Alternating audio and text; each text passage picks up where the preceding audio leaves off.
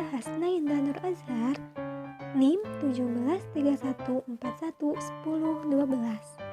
Saya mahasiswa program studi pendidikan matematika Universitas Muhammadiyah Sukabumi. Dalam video ini, saya akan membahas uji non-parametrik. Video ini dibuat untuk memenuhi tugas mata kuliah Statistika Terapan dengan dosen pengampu Ibu Hamidah Suryani Lukman, SSI MPD. Nah, untuk mempersingkat waktu, mari kita simak videonya. Oke, sebelumnya di sini saya mempunyai mind mapping. Nah, pertama akan dibahas tentang uji non-parametrik itu sendiri apa. Nah, yang kedua akan dibahas tentang uji non-parametrik dua sampel independen atau disebut juga dengan uji Mann-Whitney. Nah, setelah dibahas itu akan dibahas soal dan langkah pengerjaannya. Selanjutnya akan dibahas juga uji non-parametrik dua sampel berpasangan atau disebut juga uji Wilcoxon. Selanjutnya akan dibahas soal dan langkah pengerjaannya. Nah, apa sih uji non-parametrik itu? Oke, perlu kita ketahui uji non-parametrik adalah pengujian hipotesis yang bebas distribusi dan asumsi. Artinya, pengujian ini tidak memiliki persyaratan dan populasi berdistribusi normal, tidak diambil secara random, dan biasanya data berskala nominal atau ordinal. Nah, yang akan dibahas dalam video ini terbatas dua sampel, yaitu yang pertama uji non-parametrik dua sampel independen atau bisa disebut juga dengan uji Mann-Whitney, dan yang kedua uji non-parametrik dua sampel berpasangan atau disebut juga uji Wilcoxon. Nah, kita membahas ini dengan perhitungan secara manual, tidak menggunakan SPSS ataupun Excel. Oke, yang pertama akan kita bahas uji Mann-Whitney. Nah, uji Mann-Whitney ini adalah alternatif pengujian perbandingan rata-rata dua sampel independen. Adapun persyaratan untuk uji ini adalah pertama, data berskala ordinal, interval atau rasio. Yang kedua, terdiri dari dua kelompok yang independen atau saling bebas. Yang ketiga, data kelompok 1 dan kelompok 2 tidak harus sama banyaknya. Terakhir, data tidak harus berdistribusi normal. Nah, untuk langkah-langkah pengujiannya akan saya bahas bersamaan dengan contoh soalnya. Oke, di sini ada soal ya. Soalnya yaitu seorang peneliti ingin melihat apakah terdapat perbedaan kinerja siswa yang mengerjakan ujian matematika di lingkungan ribut dan lingkungan sunyi. Nah, berarti di sini ada dua ya, di lingkungan ribut dan lingkungan sunyi. Peneliti mengambil sampel sebanyak 16 orang. Ke-16 orang ini, 7 diantaranya mengerjakan ujian di kelas ribut, sedangkan 9 orang diantaranya mengerjakan ujian di kelas sunyi. Nah, di sini ada skor-skornya juga. Ini lingkungan ribut, dan yang kedua ada skor untuk lingkungan sunyi. Nah, jika data diuji pada taraf signifikansi 5%, bagaimana kesimpulan peneliti tersebut? Nah, adapun di sini langkah-langkahnya ya. Langkah-langkah pengerjaannya. Yang pertama tentunya kita harus merumuskan hipotesis. Nah, di sini ada H0-nya itu kinerja siswa yang mengerjakan ujian matematika di lingkungan ribut sama dengan kinerja siswa yang mengerjakan ujian di lingkungan sunyi. Yang keduanya, kinerja siswa yang mengerjakan ujian matematika di lingkungan ribut berbeda dengan kinerja siswa yang mengerjakan ujian di lingkungan sunyi. Oke, selanjutnya langkah keduanya itu menentukan taraf signifikansi. Nah, seperti yang terdapat pada soal tadi, bahwa taraf signifikansinya itu 5% atau 0,05. Nah, untuk langkah selanjutnya adalah memberi label pada kedua kelompok sampel dengan X dan Y. Nah, X-nya itu untuk lingkungan ribut dan Y-nya itu untuk lingkungan sunyi. Nah, maka kita akan mendapatkan hasil yang gini ya. Lingkungan ributnya itu X, ini skornya, dan lingkungan sunyi itu Y, ini skornya. Oke, lalu kita gabungkan semua data dari kedua kelompok, yaitu sebanyak NX ditambah NY data, dan kita susun data tersebut dari yang terendah sampai tertinggi. Nah, ini angka-angka yang sudah kita susun dari yang terendah sampai yang tertinggi. Ini totalnya ada 16. Selanjutnya, kita memberi peringkat data yang telah disusun mulai dari peringkat 1 untuk data terendah. Nah, kalau misalkan ada data yang nilainya sama, maka nilai peringkatnya kita rata-ratakan. Nanti datanya akan berbentuk seperti ini. Nah, ini kan data yang sudah, skor yang sudah disusun. Terus kita beri peringkat. Nah, karena data tersebut terdapat nilai yang sama, misalkan nih untuk nilai 80. Di sini ada dua nilai yang sama kan? Maka kita rata-ratakan. 80 itu peringkat keberapa sih? Berarti kan ngitungnya 1, 2, 3. Berarti 2 ditambah 3 dibagi 2. Hasilnya 2,5. Begitu pula dengan nilai 85. Ini juga kita rata-ratakan. 7 tambah 8 tambah 9 dibagi 3. Hasilnya itu 8. Nah, maka peringkat data X dan data Y adalah ini kita susun berdasarkan data X dan data Y. Kalau yang sebelumnya itu disusun digabungkan antara X dan Y-nya. Ini sudah dipisah lagi. Nah, di sini jumlah anggota NX-nya itu ada 7 kan, dan NY-nya itu ada 9. Selanjutnya, setelah mengetahui peringkat dari kedua data tersebut, kita menentukan sigma Rx dan sigma Ry, yaitu hasil jumlah peringkat semua nilai dalam X dan Y. Berarti hasil peringkat dari X ini dan Y ini.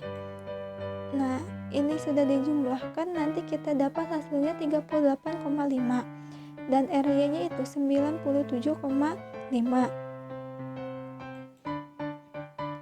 Oke, selanjutnya menghitung nilai U mean weighting dan memilih nilai U terkecil. Rumusnya itu ini. U1 sama dengan NX dikali NY ditambah NX dikali NX tambah 1 dibagi 2 dikurangi sigma Rx-nya. Yang U2-nya pun sama, cuma yang membedakannya ini NY kali NY tambah 1 dan ini dikuranginya oleh sigma Ry. Nah, setelah kita operasikan, nanti akan mendapat angka 52,5 dan 10,5. Sehingga nanti U yang dipilihnya itu adalah U2, yaitu 10,5. Nah, setelah mengetahui nilai U hitungnya yaitu 10,5, selanjutnya adalah mencari nilai U tabel pada tabel distribusi mean weighting yang berkorespondensi dengan taraf signifikansinya yaitu alfa sama dengan 0,05. Nah, karena di sini pengujiannya dua pihak, maka yang digunakannya adalah alfa per 2 sama dengan 0,025. Caranya itu dengan menemukan angka yang berkorespondensi dengan nilai NX dan NY-nya. Nah kan tadi NX-nya itu 7 ya, NY-nya itu 9, dan alfanya itu 0,025 yang ini. Maka U tabelnya itu 12. U tabelnya dilihat dari mana sih? Nah, dilihat dari tabel ini. Tabel uji main weight NIU. Di sini alfanya itu 0,025. Lalu NX-nya 7 dan NY-nya itu 9, maka kita akan menghasilkan 12. Nah, atau bisa juga dilihat dengan mencari nilai sigma Rx yang berkorespondensi dengan U tabel. Nih, di sini ini buat tabel mencari sigma Rx yang berkorespondensi dengan U. Di sini NX-nya itu kan 7. Nah, ini tuh 7 ya, maaf buram. NX-nya itu 7. Nah, kita ngambil taraf signifikansinya atau alfanya itu 0,25 dan NY-nya itu 9. Maka U yang sigma Rx yang berkorespondensi yaitu 40 sampai 79. Nah, setelah mengetahui itu, selanjutnya adalah kita menentukan keputusan uji. Jika menggunakan tabel U, tolak H0 jika nilai U hitungnya itu kurang dari U tabel, menggunakan tabel U yang tabel pertama itu. Tapi jika menggunakan yang sigma Rx, kriteria pengujiannya adalah sebagai berikut. Kalau tabel sigma Rx yang tabel kedua, nah di sini ada kriteria pengujiannya. Uji dua pihak, tolak H0 jika sigma Rx-nya itu sama dengan atau berada di bawah nomor bawah U atau jika sama dengan atau melampaui nomor atas U. Kan tadi nomornya itu kan 40 sampai 79. Nah, dikatakan tolak H0 itu jika sama dengan atau berada di bawah 40 atau jika sama dengan atau melampaui nomor 79. Nah, yang kedua, uji satu pihak kiri. Tolak H0 jika sigma Rx-nya itu sama dengan atau berada di bawah nomor 40. Yang ketiga, uji satu pihak kanan. Tolak H0 jika sigma Rx-nya itu sama dengan atau melampaui nomor atas atau nomor atasnya itu 79. Nah, karena pada kasus pada soal ini nilai U hitungnya kurang dari U tabel, yaitu kan tadi U hitungnya itu 10,5, diambil dari nilai U terkecilnya, sedangkan U tabelnya itu ini 12 kan. Karena 10,5 kurang dari 12, maka H0 ditolak. Atau karena nilai sigma Rx-nya itu berada di bawah nomor bawah U, yaitu 38,5, berada di bawah 40, maka H0-nya pun ditolak. 38,5 itu dari hasil sigma Rx ya kan, maka H0 ditolak. Nah, terakhir itu, langkah terakhir adalah memberikan kesimpulan hasil pengujian. Nah, kesimpulan dari kasus ini adalah kinerja siswa yang mengerjakan ujian matematika di lingkungan ribut berbeda dengan kinerja siswa yang mengerjakan ujian di lingkungan sunyi. Karena nilai, atau bisa disimpulin juga ya, karena nilai sigma Rx-nya itu rendah, maka artinya bahwa kinerja siswa yang mengerjakan ujian di lingkungan sunyi lebih baik dibanding kinerja siswa yang mengerjakan ujian di lingkungan ribut. Itu kesimpulan akhir dari penelitian ini.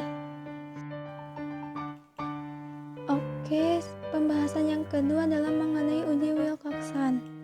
Nah, apa sih uji Wilcoxon ini? Uji Wilcoxon atau lebih dikenal dengan nama uji bertanda peringkat Wilcoxon merupakan alternatif bagi uji perbedaan dua rata-rata di antara dua sampel yang berpasangan. Nah, untuk langkah-langkah pengujiannya akan dibahas bersamaan dengan soal. di sini ada soalnya. 11 orang pria merespon suatu angket sikap yang dirancang untuk mengevaluasi kecenderungan mereka dalam memandang wanita sebagai perannya yang bersifat stereotip. 1 bulan kemudian, mereka diajak menonton film yang mengilustrasikan cara-cara di mana wanita seringkali diperlakukan secara tidak adil dibandingkan pria. Nah, 4 bulan kemudian, 11 subjek tersebut merespon kembali angket sikap. Di sini ada skor-skor subjek sebelum dan sesudah menonton film ya.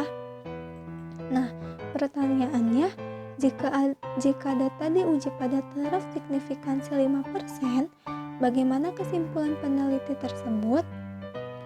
Nah, oke. Untuk langkah pertamanya itu sama seperti sebelumnya, yaitu merumuskan hipotesis. Nah, di sini H0-nya adalah rata-rata evaluasi kecenderungan pria dalam memandang wanita sebagai perannya yang bersifat stereotip sebelum dan sesudah menonton film itu sama. Nah, yang kedua, H1-nya yaitu rata-rata evaluasi kecenderungan pria dalam memandang wanita sebagai perannya yang bersifat stereotip sebelum dan sesudah menonton film berbeda. Langkah keduanya yaitu menentukan taraf signifikansi. Nah, seperti yang ada disoalkan, taraf signifikansinya yaitu 5% atau 0,05. Nah, selanjutnya yaitu kita mencatat skor berpasangan dalam 2 kolom. Nah, kolom X itu untuk data yang sebelumnya dan kolom Y itu untuk data yang sesudahnya. Nah, dibuat tabel seperti ini. Sebelumnya itu X, sesudahnya itu Y. Lalu selanjutnya kita mencari selisih dari tiap pasangan data. Nah, setelah kita mendapatkan selisih tersebut, nanti kita simpan pada kolom mutlak X min Y. Nah, kayak gini, kita udah cari selisih antara X sama Y, kita masukkan ke kolom mutlak X min Y. Nah, kolom mutlak X min Y ini kita mengabaikan tanda yang diperoleh seperti positif atau negatifnya. Jadi di sini nggak ada tanda positif atau negatifnya. Nah, selanjutnya kita susun data X min Y dari yang terkecil hingga terbesar untuk mencari peringkatnya. Nah, kita susun data mutlak X min Y-nya ini atau selisihnya ini dari yang terkecil hingga yang terbesar. Ini udah disusun. Nah, setelah disusun, selanjutnya memberi peringkat mulai dari 1 untuk nilai terendah. Nah, sama seperti tadi, jika ada nilai yang sama, maka peringkatnya dirata-ratakan. Nah, di sini mendapatkan hasil. Nah, kan ini ada yang sama nih ya peringkatnya. Nilainya ada yang sama 4, maka kita rata-ratakan nilai tersebut. Nanti peringkatnya jadi peringkat kelima. Nah, setelah mendapatkan peringkat ini, kita masukkan pada kolom peringkat mutlak X min Y. Nah, di sini kan 8 itu peringkat keberapa sih? Peringkat ke-10. Nah, kita masukin. Dan misalnya ini 4 itu peringkat keberapa sih? 4 di sini peringkat kelima. Nah, sudah dibuat tabel. Selanjutnya, nah, berilah tanda yang sesuai dengan peringkat yang dicari dan simpan pada kolom peringkat bertanda mutlak X min Y. Nah, di sini dengan ketentuan nih, jika X-nya itu lebih besar dari Y, maka diberi tanda positif. Tapi jika kebalikannya, maka diberi tanda negatif. Nah, kayak gini. Ini kan X-nya lebih besar dari Y, berarti dia hasilnya itu positif. Tapi kalau X-nya itu lebih kecil dari Y, berarti dikasih tanda negatifnya. Selanjutnya, simpan peringkat bertanda positif pada kolom W plus dan yang negatif pada kolom W min. Kemudian masing-masing dijumlahkan. Nah, kita nih kalau udah diberi peringkatnya, dimasukin ke kolom masing-masing yang positif sama negatifnya. Di sini kan 10, 10, berarti kalau yang negatif masukin ke kolom negatif, gak usah dimasukin ke kolom yang positif. Setelah itu masing-masing kita jumlahkan.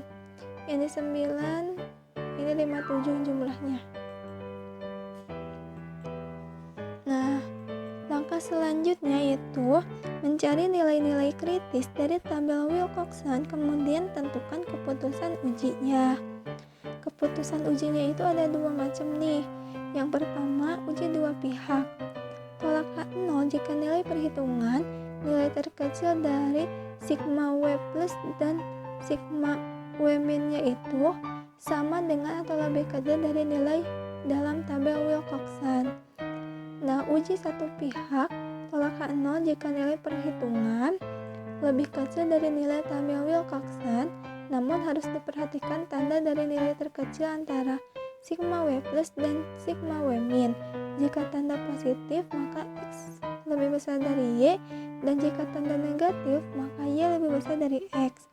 Oh iya, tadi kan tabel yang udah dijumlahin sigma W plus sama sigma W min-nya ada 57 sama 9 kan. Karena yang dipilihnya adalah nilai terkecil, maka nilai Wilcoxon-nya itu adalah 9. Nah, di sini kan selanjutnya kita mencari nilai kritis dengan ketentuan seperti ini. Nah, di sini alfanya itu kan 0,05. Terus ada 11 pasang skor yang kita uji, ada 11 pasang skor, maka tabel Wilcoxon-nya itu 10. Dilihat dari mana? Dilihat dari tabel. Nah, tabelnya itu ini. Ini kan kita pakai taraf signifikansinya itu 0,05, 5%. Ada 11 pasang. Maka kita ambil berarti ini 10. Berarti tabel Wilcoxon-nya itu 10. Nah, maka dari itu, dikarenakan nilai Wilcoxon hitung adalah 9 yang tadi lebih kecil dari nilai Wilcoxon tabel itu 10, maka H0 itu ditolak. Selanjutnya yaitu memberikan kesimpulan pengujian. Ini langkah terakhir ya. Nah, kesimpulannya adalah rata-rata evaluasi kecenderungan pria dalam memandang wanita sebagai perannya yang bersifat stereotip sebelum dan sesudah menonton film berbeda. Atau menonton film itu dapat merubah rata-rata kecenderungan cara pandang pria terhadap wanita yang bersifat stereotip. Nah, teman-teman, mungkin cukup sekian pembahasan dari video ini. Mohon maaf bila ada kesalahan. Wassalamualaikum warahmatullahi wabarakatuh. Stay safe, teman-teman.